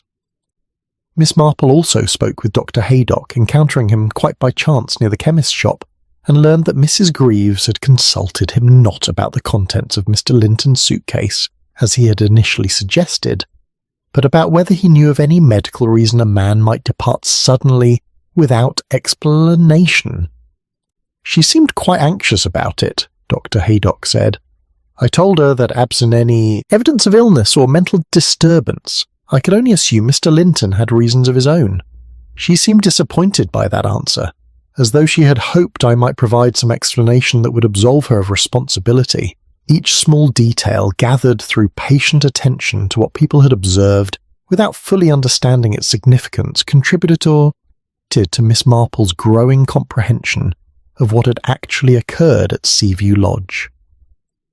Mrs. Greaves, devoted to her establishment's reputation and genuinely concerned with protecting her guests, had observed Mr. Linton and Miss Porter engaging in friendly conversation.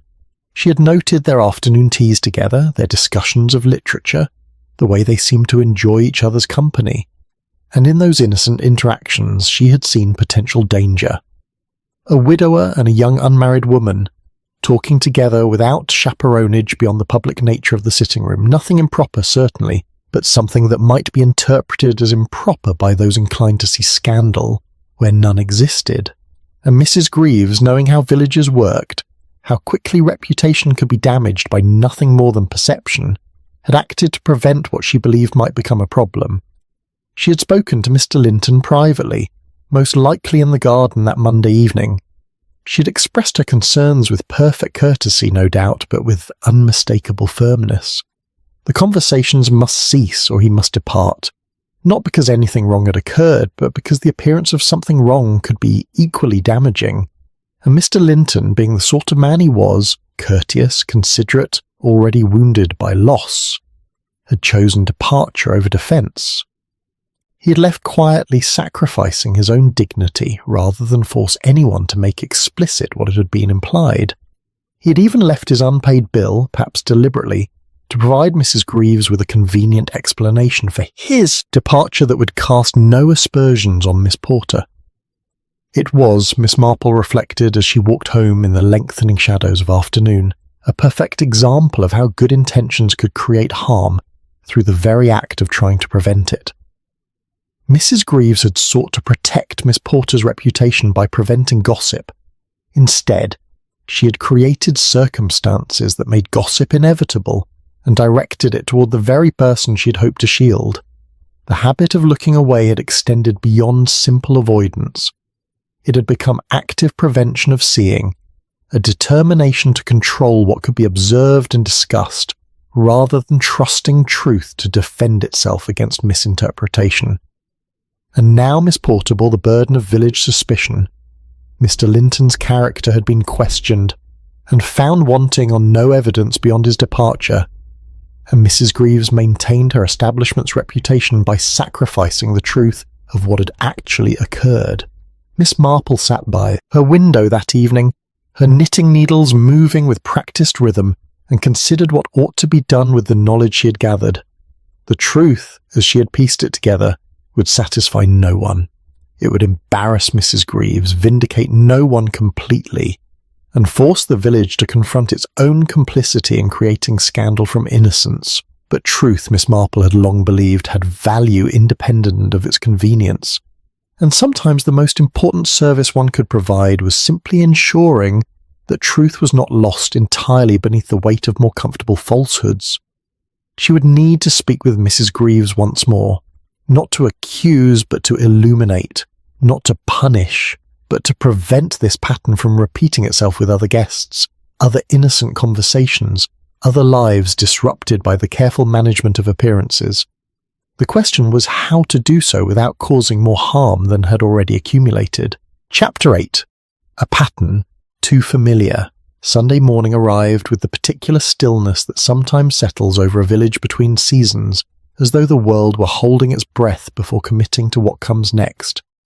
Miss Marple dressed for church with her usual care, selecting the grey suit she reserved for occasions requiring both respectability and quiet authority. She had spent much of the previous evening in reflection and had arrived at certain conclusions about what must be done. The pattern she had identified at Seaview Lodge was not unique to Mrs. Greaves or to this particular incident. Miss Marple had seen it before in other places and other circumstances, repeated with such regularity that it might almost be considered a law of human behaviour.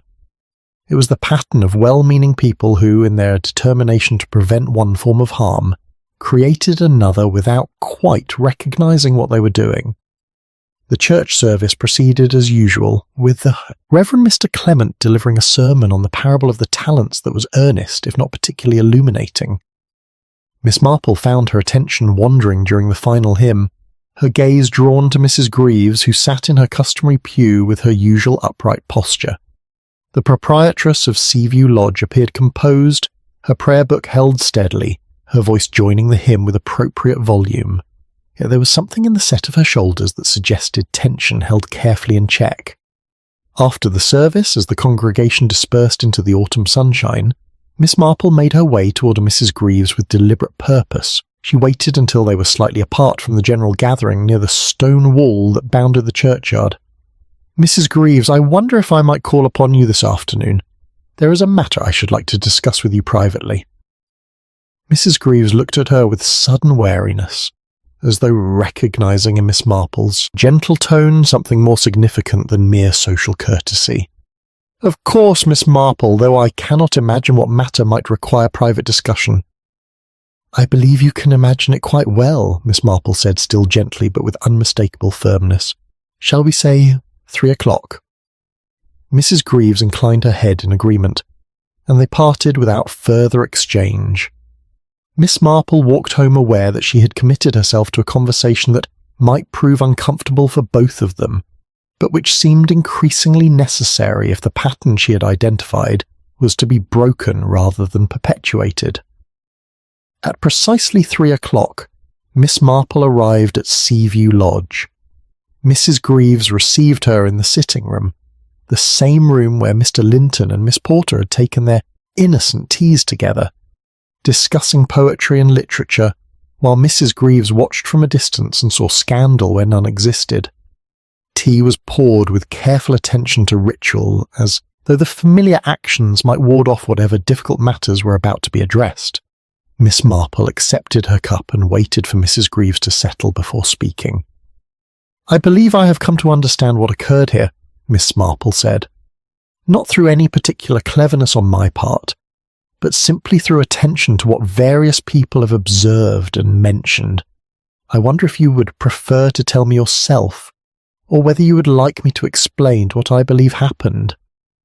Mrs. Greaves set down her cup with a hand that trembled slightly. "I suppose you have been speaking with Miss Porter. She told me something of what she overheard, yes, but that was not the only source of my understanding.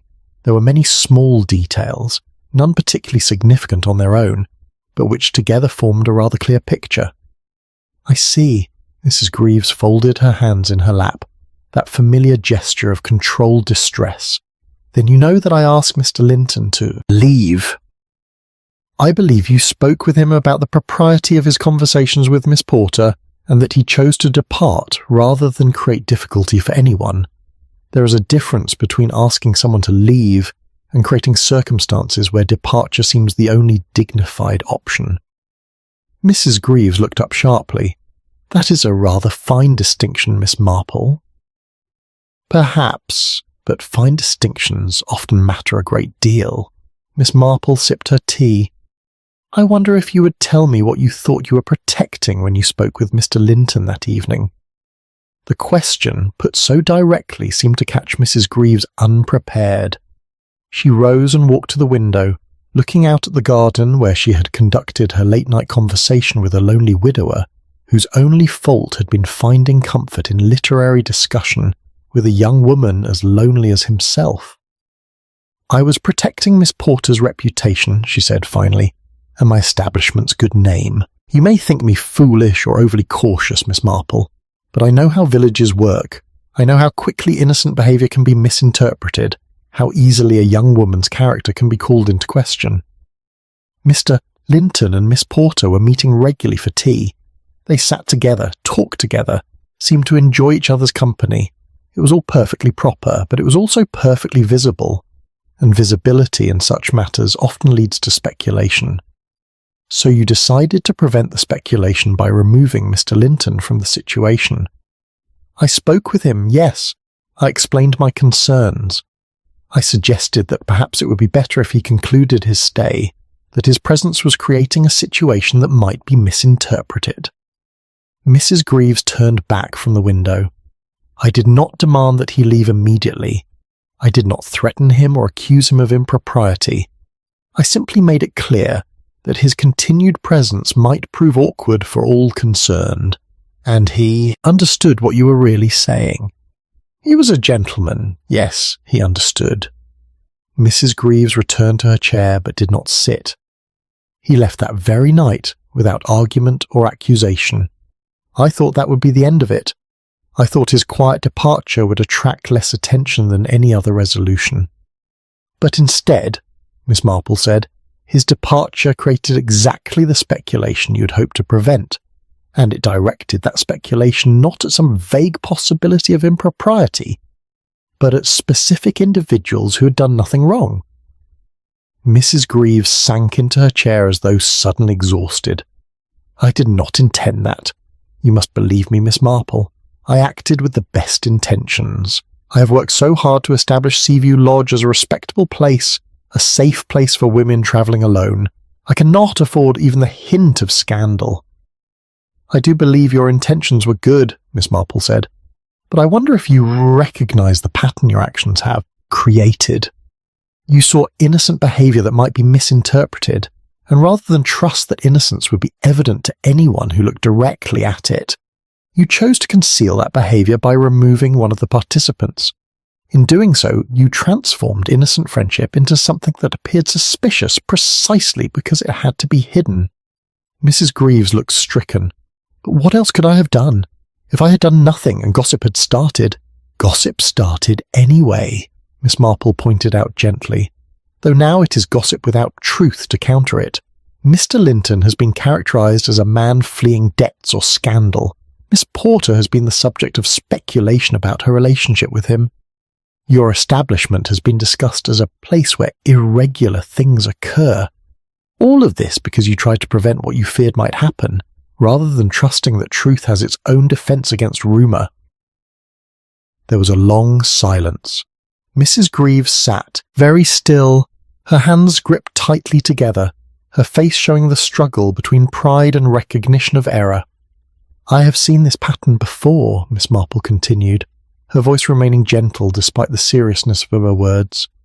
"In other villages, other households, respectable people genuinely devoted to maintaining order and protecting others, who decide which truths may be spoken and which must remain hidden. They believe they are preventing harm, but they are actually creating it through the very act of concealment. Because hidden things always appear more significant than things done openly, and people always assume the worst about what they are not permitted to know."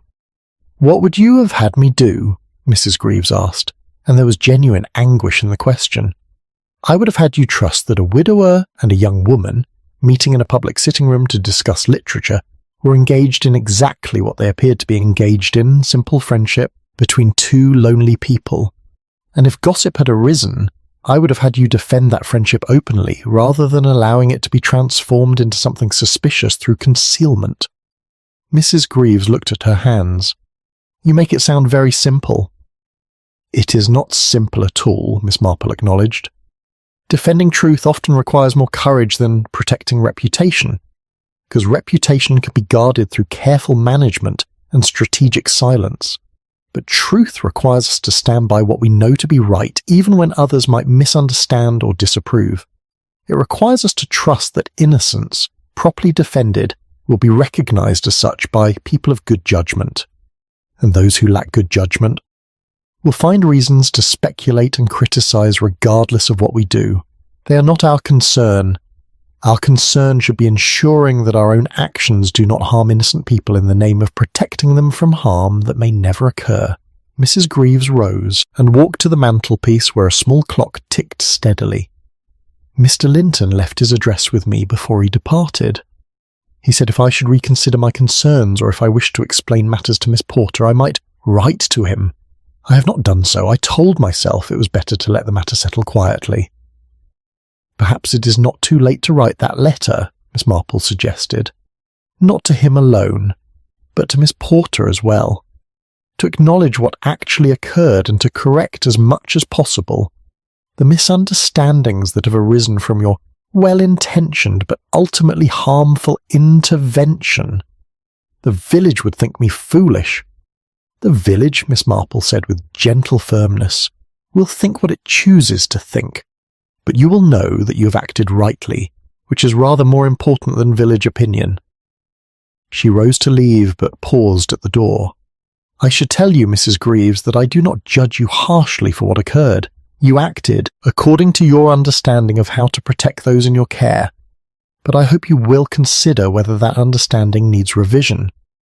Because the next time innocent friendship blossoms under your roof, as it inevitably will, you will face the same choice, and I hope you will choose differently."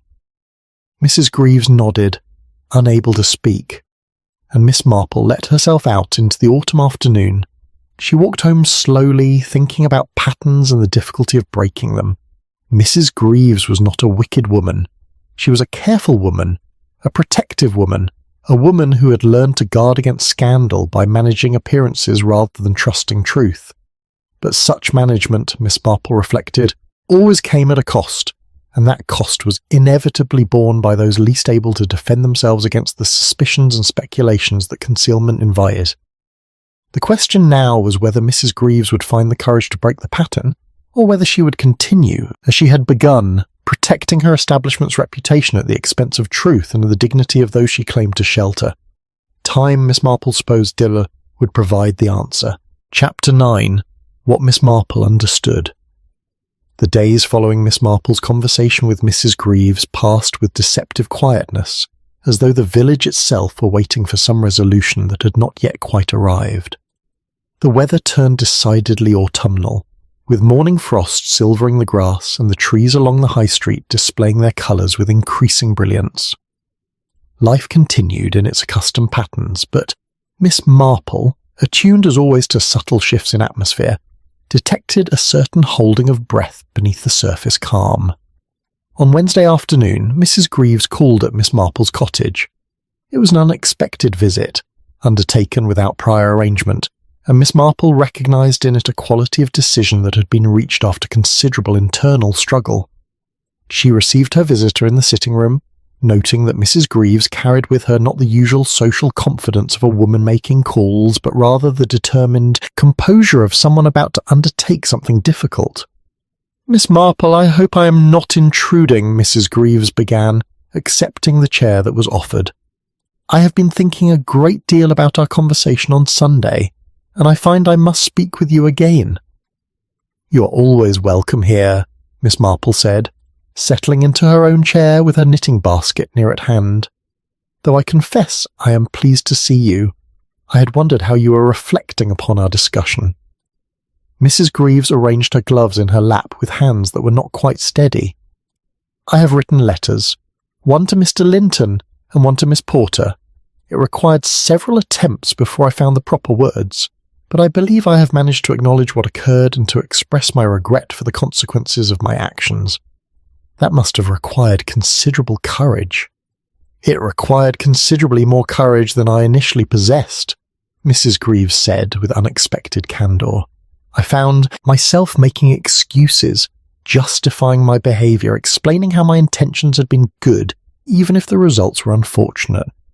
It was only when I stopped trying to defend myself and simply looked at what I had actually done that I could write honestly." Miss Marple's needles moved in their steady rhythm. "What did you see when you looked at it honestly?" Mrs. Greaves was silent for a moment, her gaze fixed on the window where afternoon light fell across the garden. "I saw that I had been more concerned with protecting myself than with protecting those I claimed to be shielding. I told myself I was acting for Miss Porter's benefit, but in truth, I was acting to prevent any possibility of scandal touching my establishment. I was willing to sacrifice the truth of what had occurred and the dignity of those involved in order to maintain the appearance of propriety. That is a difficult thing to recognise in oneself. Yes," Mrs. Greaves looked directly at Miss Marple now, "but once recognised, it cannot be ignored. You said something on Sunday that has haunted me these past days. You said that protection which silences truth is only partial protection.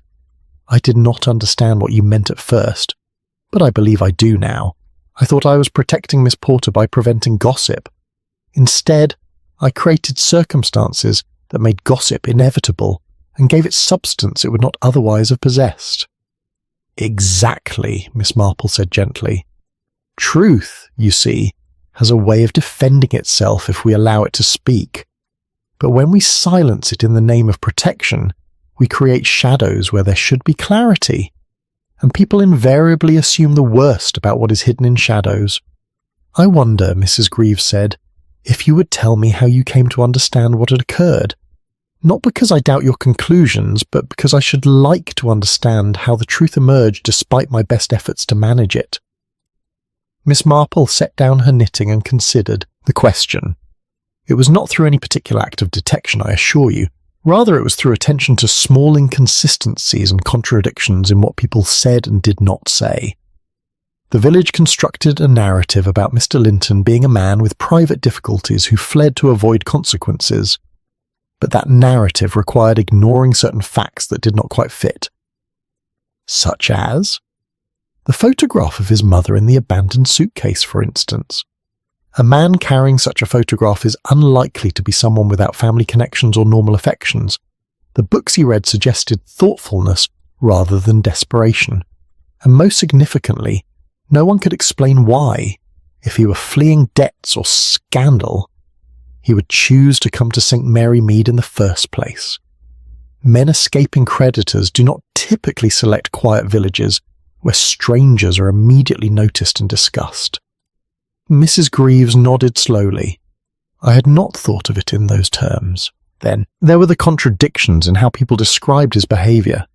He was said to keep to himself, yet he took his meals with the other guests. He was called reserved, yet Miss Porter mentioned that he enjoyed literary conversation. These descriptions suggested not a man hiding from something, but simply a man who valued quiet and preferred meaningful conversation to empty chatter. And the rest? The rest came from observing what was not said rather than what was. No one mentioned that Mr. Linton and Miss Porter had developed a friendship based on shared literary interests.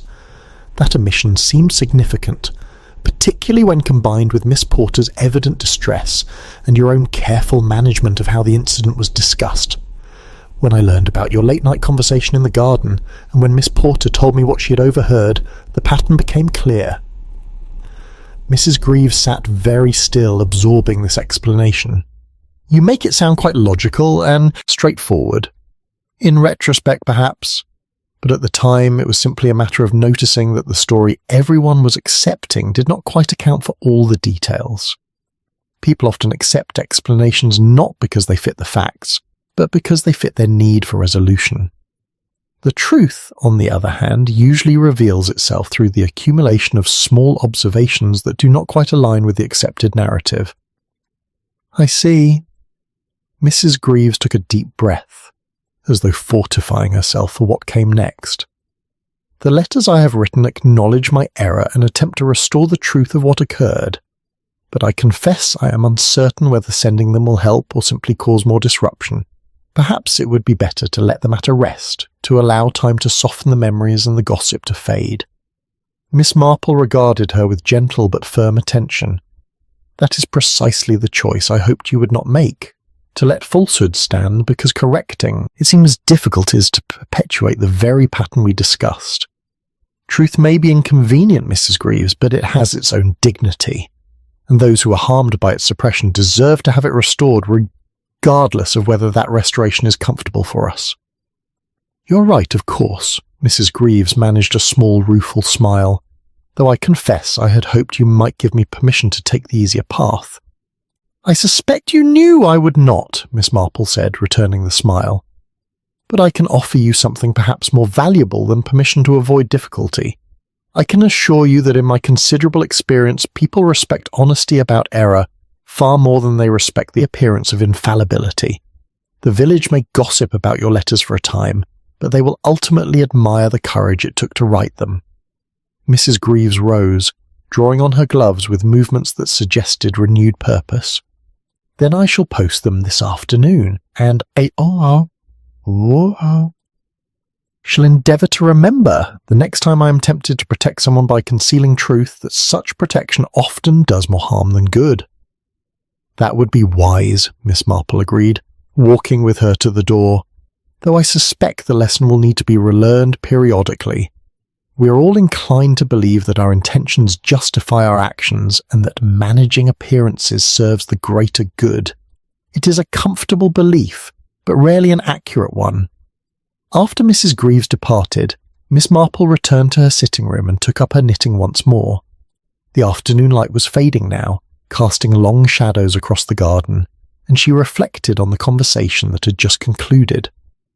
Mrs. Greaves had shown courage in writing her letters, and even greater courage in recognizing the pattern of behaviour that had led to the need for such letters.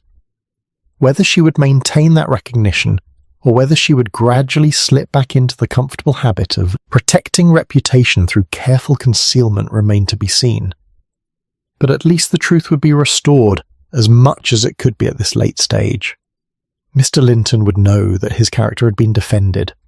Miss Porter would know that her innocence had been acknowledged.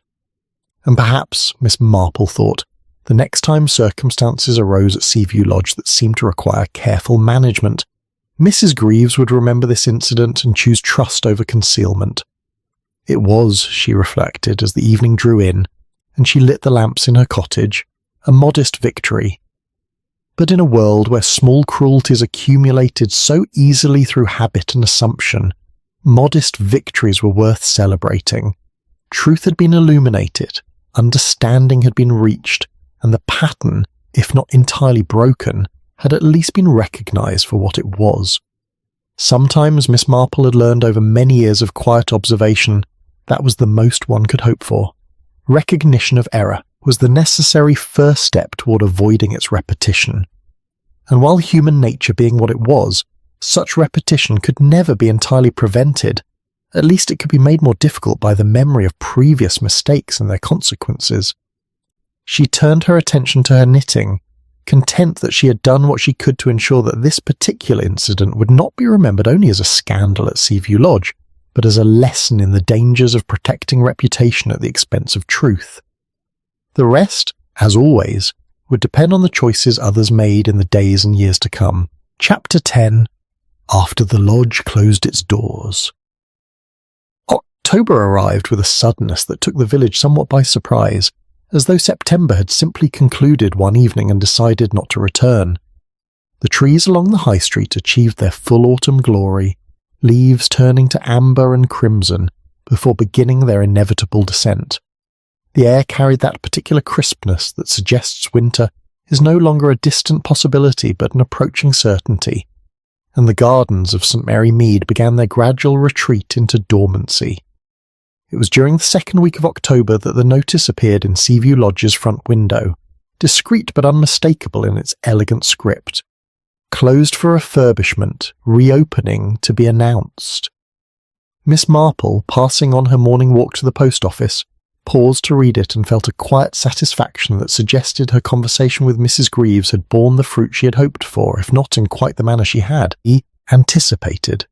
She learned the details, as one learned most things in St. Mary Mead, through the natural circulation of village information. Mrs. Clement mentioned it first, having heard from the postman that Mrs. Greaves had posted several letters in recent days, including one to an address in Hampshire and another to London.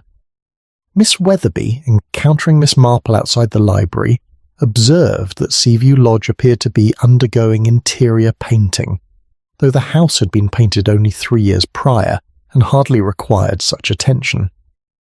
"I confess I am puzzled," Miss Weatherby said. "Mrs. Greaves is not a woman given to unnecessary expense. One wonders what prompted such a decision." "Perhaps she felt the need for a fresh start," Miss Marple suggested gently. "Sometimes such things become necessary after difficult periods." The true story emerged gradually, pieced together from various sources in the way that village knowledge typically accumulated. Mrs. Greaves had indeed written to Mr. Linton and to Miss Porter, though the contents of those letters remained private.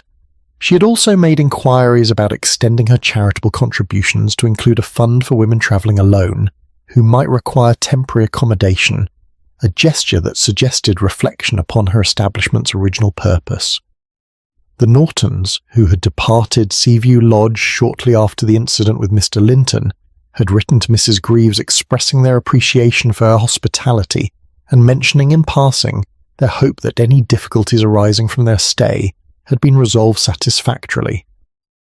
Mrs. Greaves had responded with a letter that, according to Mrs. Norton, who shared its general contents with Mrs. Carmichael during a chance meeting in the village, acknowledged that certain matters had required correction and expressed gratitude for their understanding. By the third week of October, when the painting at Seaview Lodge had been completed, and the notice removed from the window, the village had largely moved on to other topics of interest. The Harvest Festival preparations occupied considerable attention. A new family had moved into the cottage near the church, and there was considerable speculation about whether Miss Hartnell's nephew might be courting the chemist's daughter. Miss Marple, however, noted with quiet approval that certain subtle changes had occurred in how people spoke of the earlier incident. Mr. Linton's name, when it was mentioned at all, was now accompanied by remarks about the sadness of widowhood and the loneliness that sometimes drove people to seek solace in quiet places. Miss Porter was recalled as a pleasant young woman whose nerves had perhaps been overwrought by the demands of her position in London. And Mrs. Greaves was spoken of with renewed respect for her dedication to maintaining high standards at her establishment. It was not exactly the truth, or at least not the complete truth, but it was considerably closer to truth than the speculations that had circulated in the immediate aftermath of Mr. Linton's departure. And Miss Marple, who understood that truth had often made its way into general consciousness slowly and incompletely, was satisfied with the progress that had been made. On a particularly fine afternoon in late October, Miss Marple received a visitor who had not been expected but was nonetheless welcome. Mrs. Greaves arrived carrying a small basket containing preserves from her kitchen. The visit ostensibly social, but carrying with it an undercurrent of something more significant. They took tea in Miss Marple's sitting room, where autumn sunshine fell across the carpet in golden patterns, and the garden beyond the window showed the first signs of winter preparation. "I wanted to thank you," Mrs. Greaves said, after the initial pleasantries had been observed. "The letters I wrote were answered with more grace than I deserved." Mr. Linton replied that he had never doubted my good intentions, though he hoped I might reconsider my approach in future circumstances. Miss Porter wrote that she appreciated my acknowledgment and bore no ill will, though she did not think she would return to St. Mary Mead for her holidays. "That is understandable," Miss Marple said, "though perhaps in time, when the memories have softened, she might reconsider." "Perhaps." Mrs. Greaves set down her cup. "I have been thinking a great deal about what you said regarding the habit of looking away. I realize now that I had developed such a habit without quite recognizing it. Whenever something occurred at the lodge that might prove awkward or uncomfortable, I found ways to manage it quietly to prevent disruption, to maintain the appearance of perfect order. I told myself I was being efficient and protective, but I was actually avoiding the difficult work of addressing problems honestly." "It is a common failing," Miss Marple observed. "We convince ourselves that we are acting wisely when we are merely acting comfortably." "Yes," Mrs. Greaves smiled slightly, "though I suspect recognizing the failing is easier than correcting it. I find myself still inclined to smooth over difficulties rather than confronting them directly. It is a deeply ingrained habit. But now at least you are aware of it. Awareness is the necessary first step towards change, even if change itself remains difficult." They spoke for some time about other matters, the approaching winter, the plans for the harvest festival, the small events that constituted village life. But as Mrs. Greaves prepared to depart, she paused at the door with an expression that suggested something remained unsaid.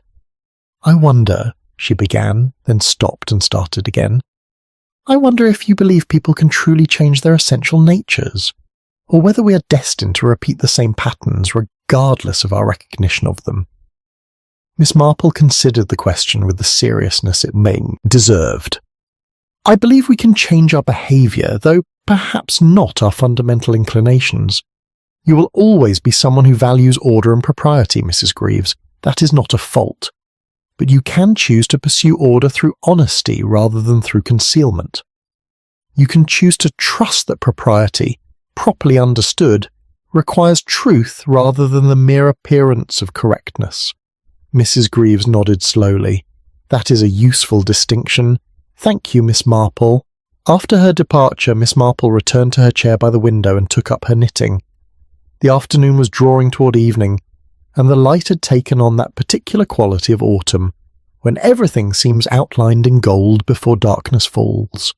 She reflected on the whole affair of Seaview Lodge and Mr. Linton's departure, turning it over in her mind as one might examine a completed piece of needlework, looking for patterns and lessons. What had appeared at first to be a simple case of a man fleeing difficulties had proved to be something quite different. A story of how fear of sandal could create scandal, how protection could become harm, how the best intentions could produce the worst outcomes when guided by the habit of looking away from uncomfortable truths. Mrs. Greaves was not a wicked woman. Indeed, she was a genuinely good woman who had made an error common to good people everywhere. She had allowed her devotion to propriety to override her commitment to honesty. She had chosen to protect reputation at the expense of truth, and in doing so had damaged precisely what she had sought to preserve. But she had also shown courage in acknowledging her error and attempting to correct it, which was more than many people managed.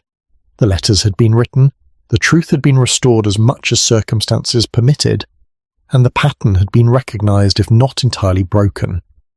The village, for its part, had demonstrated its usual tendency to accept whatever narrative required the least examination of its own complicity. The revised version of events, which painted Mr. Linton as a lonely widower and Miss Porter as an overworked young woman, was no more complete than the original speculation had been. But it was kinder, and kindness, Miss Marple reflected, was not to be dismissed even when it fell short of full honesty. As the evening deepened and she set aside her knitting, Miss Marple found herself thinking about the nature of scandal and how it took root in communities. It was rarely wickedness that produced scandal, she'd observed over many years. Wickedness certainly existed and sometimes created spectacular disruptions, but the ordinary scandals that troubled village life, the kind that damaged reputations and disrupted households without any dramatic crime having been committed, these arose most often from fear and self-deception.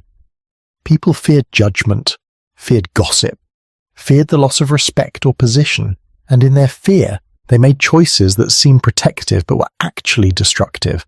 They looked away from truths that threatened their comfort. They managed appearances rather than addressing realities. They convinced themselves that concealment served the greater good when it actually served only their own need for security. And the most troubling aspect of such behaviour, Miss Marple had long ago concluded, was that it was all perfectly respectable. Indeed, it was often praised as prudence, as wisdom, as proper concern for reputation and decorum. The habit of looking away from uncomfortable truths had been elevated to a virtue in many circles, defended as necessary for social harmony and personal dignity, but harmony purchased through dishonesty was fragile at best, and dignity maintained through concealment was no dignity at all.